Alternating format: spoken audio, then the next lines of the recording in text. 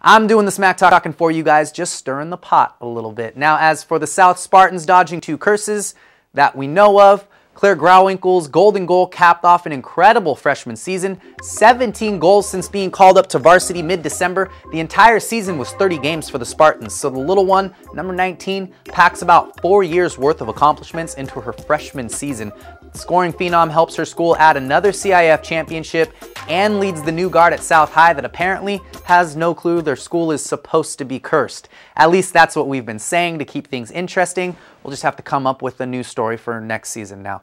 And speaking of bad luck, the boys at Bishop Montgomery playing in the CIF Open Division's Consolation Championship. They don't get any of the championship mojo running around town. A 10-point lead to start the fourth quarter gave way to a 21-6 run by Sierra Canyon down the stretch. We've known them as the best backcourt in California all year long. Stephen Thompson Jr. and Justin Bibbins combining for 53 of the night's 62 points on the day. The Trailblazers hold those two to just 9 points in the final quarter to steal that victory and, more importantly, steal the chances of getting a top seed in the Division IV SoCal Regionals that start this week. The Knights will have a bye in the first round of that tournament. The loss dropped them to the number 2 seed in the Division IV bracket, also in the Division IV hunt for a state championship. Delray League's rival, Sarah, their pairings would have them facing off in the semifinals should they both make their way that deep. And what I'd say to start things off today, there's tons of news coming from the late postseason scene across Torrance. While the Warriors at West celebrated the CIF championship, Yoshi Funakoshi made the trek to Bakersfield for his second appearance in the CIF State Wrestling Championships.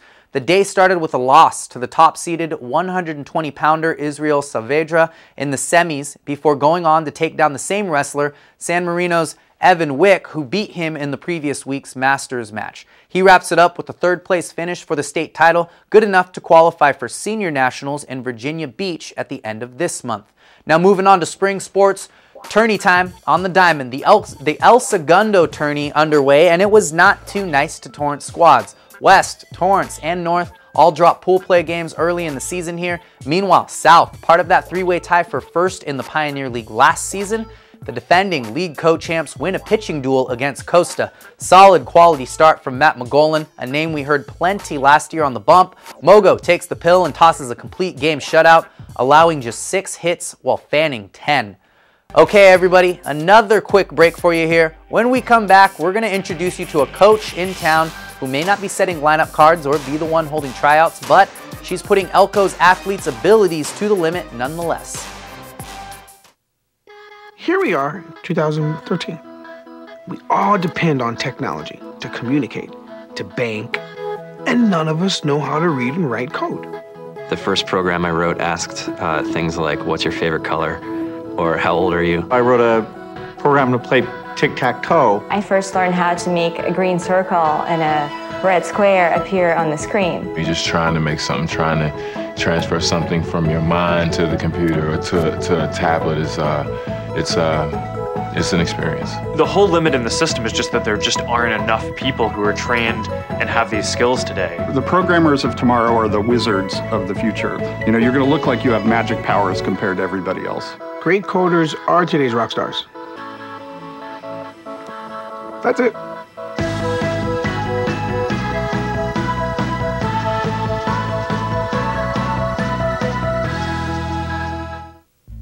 What about my privacy? It's protected. And the music I listen to. Protected. What about how I wear my hair? And the things I say and write? The Constitution protects your rights. It isn't an old, fading piece of paper. It's a living document. The Constitution says there are 3 branches of government. So we're kind of like the 4th branch of government. We are the future of America. Find out how you can become part of Constitution Day. For me. For all. For real. Go to aclu.org/Constitution Day. Hi, welcome back to the Sports Desk. Our next story takes us out to the softball field with the Torrance Tartars, where a proud and successful program is churning out talent for the next level. And who better to talk about what that takes than someone who's been there herself? The Sports Desk, Valerie Ortega, shows you how serious things really get when it's not just a game anymore, especially in the fast-pitch world where the best of the best are in a different universe than most prep athletes. While football players grind out their senior season to stay healthy, attend camps, and get as many looks as possible, these girls have been in the scholarship game for quite a while by now. 4 girls on the Torrance softball team are currently signed or committed to play Division I softball. This is a great accomplishment that took a lot of sacrifice and hard work by playing travel softball throughout the year. To play travel ball, you have to be 100% dedicated, like no ifs, ands, or buts. Like if there's practice, you have to go. You have to give up your weekends and hanging out with friends, and you just have to be dedicated. It really interferes with your social life. Like you're not able to hang out with your friends a lot because you have softball. You do have a lot of sacrifices in order for you to play travel, and honestly, I wouldn't trade it for the world because it's made me into the player that I am today, and it's helped me grow as a person and as a player, and I'm just thankful for the opportunity to play. Being an athlete, you have to be very dedicated to your sport, especially if you want to play college softball. There are many 4-hour practices on a Saturday, traveling hours to tournaments, and even playing up to 5 games in one day. But all this hard work and all these hours pay off when not only a coach wants you on their team, but a school wants to give you an education. Once you get like that school talking to you and like they're actually interested, you feel like everything that you've like ever done has finally paid off, and it's just like a giant relief. I was actually really excited just for being a sophomore. It was a really fun experience going to colleges and going on visits. I was really excited because I've always dreamed of going to college, and I've always watched college softball on TV, and I just think it's really exciting. I was finally seeing that all the hard work and dedication I've put in has paid off. After talking and visiting with different schools, these 4 girls found the right school for them. For Cameron Watts, it was the University of South Carolina. I really like the field and the atmosphere there because there's no pro teams, so all the parents and all the fans just go to the games at South Carolina. For Nicole Ayala, it was Southeastern Louisiana University. I think mainly it was just like the Southern hospitality. Everyone over there is super nice. It's never like do this, do that. It's always like please, thank you, and it's different from California, but I think it'll be good. For Marissa Moreno, it was San Diego State University. Their campus, when I went on their visit, it was like a great atmosphere. I really liked the softball girls, and yeah. And for Alyssa Loza, it was Arizona State University. Just the tradition they have there, the expectations of winning the national championship, and their whole coaching staff. I know there's a new coaching staff this year, and the way their coaching aspect of the game is just amazing. Now knowing that they are college bound, these girls are looking forward to being a student athlete at their universities. It's going to be really exciting. And get to be with all my teammates and just go through the college experience with them. I'm looking forward to meeting new friends, just enjoying my college experience playing softball there. The coaching staff, the players there, they're amazing, and I'm just too stoked to go over there. I'm just like looking forward to meeting new people and like actually like creating friends who I'm going to have forever. From Torrance, this is Valerie Ortega reporting for the Sports Desk. Thanks for that, Valerie. Just a reminder, the next chance we get to spend some real quality time with the girls of Torrance softball and everybody else coming to town is the TNT National Invitational in less than 2 weeks now. March 20th through 22nd, all your coverage of the city's huge invitational fast pitch tourney with teams from all over the country going to be with us, your family at CitiCABLE 3. So tune in with us because, like I've promised, it's a full weekend of Bull Durham quotes anytime you're hanging with Juan at the yard. And that brings us to our next story. Just like the prep athletes you saw plugging away on the travel teams and the ones that we're about to meet who play for some of the most competitive fast pitch programs in the country, it takes more than just showing up to tryouts come time for camp. Each season, the hours spent working on any athlete's craft include everything from the most tedious repetitive drills to more tedious and repetitive drills. But preparation breeds championship caliber results. Last week, it was a coach of the Ultimate Fighting Championship's most elite fighters disguising himself as a nutritionist, but we learned pretty quickly the guy was just a flat-out guru. This week, it's a nod to another coach who takes the term practice what you preach to a whole new level. It's easy to see the success of El Camino College's athletics programs by looking on the field, in the pool, at the track, or on the court. But a lot goes into making these athletes and teams what they are. Working with all the Elco teams behind the scenes is athletic trainer Kim Jones.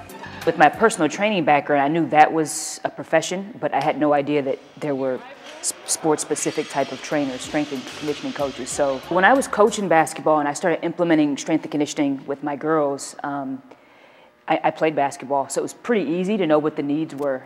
At most Division I colleges, strength and conditioning coaches are specialized to one sport. But with El Camino being a small junior college, Jones is responsible for training all the varsity sports. The coaches are really, they're really flexible. They understand it's just one of me, and so they may start their own warm-up on the field, and then by the time I get there, we just go straight into training. But I'm ripping and running.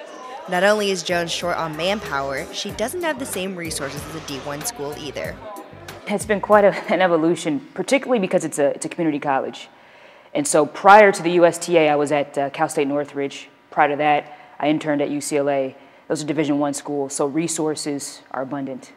And at this level, it's a little bit different. And so it's changed how I've had to program. I think it's just helped me step my game up a little bit because I'm able to, with limited resources, still help athletes improve. They're still getting stronger, they're still getting faster. We're still decreasing the chances of injury within the sports.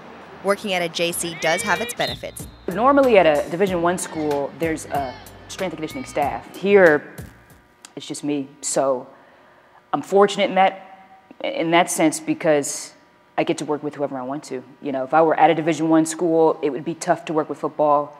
It'd be tough to work with sports like men's basketball, baseball. Those are higher profile sports.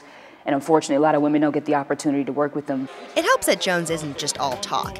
In her spare time, she does bodybuilding competitions. Not just telling, but showing her athletes that they can accomplish what they once thought was impossible.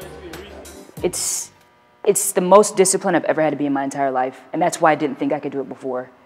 But I'm talking about going to weddings and parties and events and having to not eat what's there because it's not on your diet, and having to just be as strict and as disciplined in the weight room and in the kitchen as possible. And I've tapped into some inner strength that I never even knew that I had. Particularly with our guys, I'll tell them that's my warm-up weight. And until they have a workout that's specified with specific weights, if they're not feeling it that day, they're gonna put on something light, and it's my job to challenge them. And though Kim has already done so much for Elko Athletics, she still has big plans to continue growing her program and changing the culture. I'm the first strength coach they've had here. I get to create it. It's mine, it's my program, and so I'm building it from the ground up. So yeah, I definitely take ownership. But in the meantime, Jones knows she's making a difference in her athletes' lives and setting them up for the future.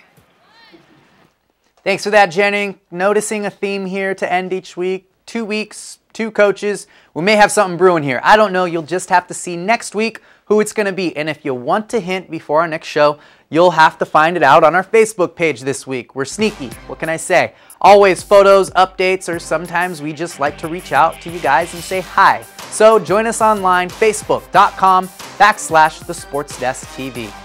All right, everybody, that wraps it up. We will see you next time. Good hanging out with you.